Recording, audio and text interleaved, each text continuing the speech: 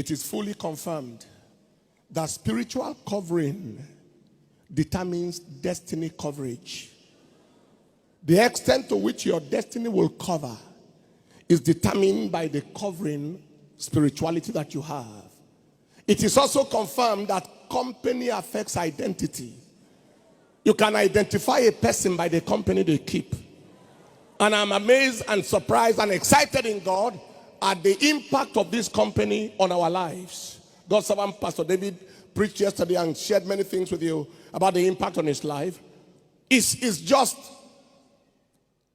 inevitable until you help, until you change your company, you don't affect your identity. The things that we have seen all around the world are connectable and traceable to the company that God has helped us.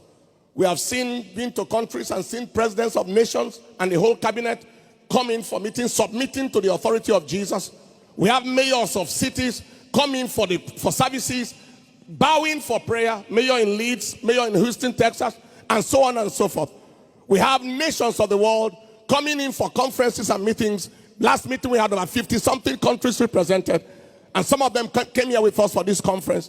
And we see the spiritual lineage and the spiritual tree reproducing and multiplying all over the world. I prophesy to you today, in your own life, you shall see multiplications and replications. If you are saying amen, you say a louder amen. You shall see multiplications and replications. Somebody shout the loudest amen. Very quickly, we are speaking on the mind, the battlefield of the redeemed. The mind as the battlefield of the redeemed. 2 Corinthians chapter 10 and in verse 3 all the way to verse 5. 2 Corinthians chapter 10 verse 3 all the way to verse 5. He said, for though we walk in the flesh, we do not war after the flesh.